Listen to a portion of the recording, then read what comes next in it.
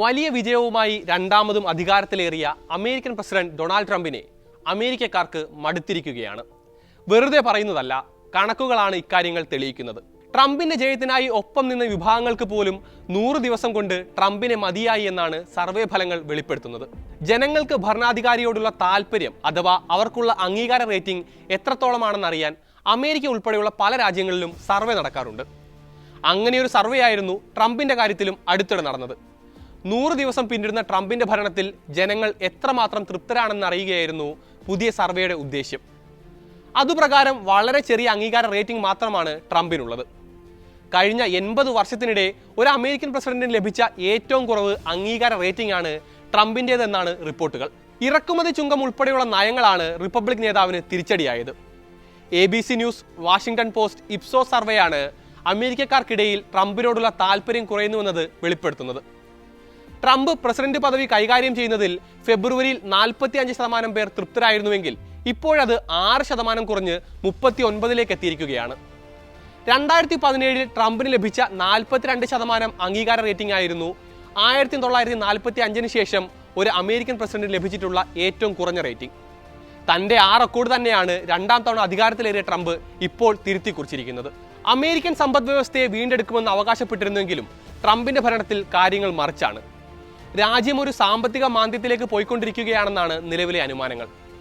Republican president നടപ്പാക്കിയ പകരം തീരുവ ഉൾപ്പെടെയുള്ള നയങ്ങളായിരുന്നു അങ്ങനെ ഒരു വിലയിരുത്തലിലേക്ക് നയിച്ചത്.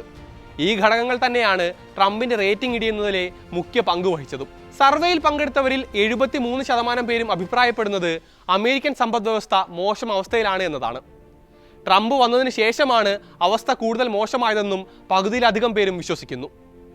സമ്പദ് വ്യവസ്ഥയ്ക്കപ്പുറം കോടതികളെ ധിക്കരിക്കൽ, പ്രസിഡന്റിന്റെ അധികാരം വിപുലീകരിക്കൽ, നിയമവാഴ്ച അംഗീകരിക്കാതിരിക്കൽ എന്നിങ്ങനെയുള്ള വിഷയങ്ങളും ട്രംപിനെതിരായി ചൂണ്ടിക്കാണിക്കപ്പെടുന്നുണ്ട്. നീതിന്യായ വ്യവസ്ഥയെ മാനിക്കാത്തയാളാണ് ട്രംപ് എന്ന് 65%, പ്രസിഡൻഷ്യൽ അധികാരങ്ങൾ വിപുലീകരിക്കാൻ ശ്രമിക്കുന്നയാളാണെന്ന് 64% പേരും അഭിപ്രായപ്പെടുന്നുണ്ട്. ഏറ്റവും പ്രധാനപ്പെട്ട മറ്റൊരു വിഷയം സ്വകാര്യ സർവകലാശാലകളുടെ നടത്തിപ്പുമായി ബന്ധപ്പെട്ടാണ്. ഹാർവേർഡും കൊളംബിയയും ഉൾപ്പെടെയുള്ള വിശ്വപ്രസിദ്ധ സർവകലാശാലകൾക്കെതിരെ ട്രംപ് ഭരണകൂടം സ്വീകരിക്കുന്ന ശത്രുതാ മനോഭാവത്തോടും ജനങ്ങൾക്ക് വിയോജിപ്പുണ്ട് എന്ന് ഈ സർവേകൾ തെളിയിക്കുന്നുണ്ട്.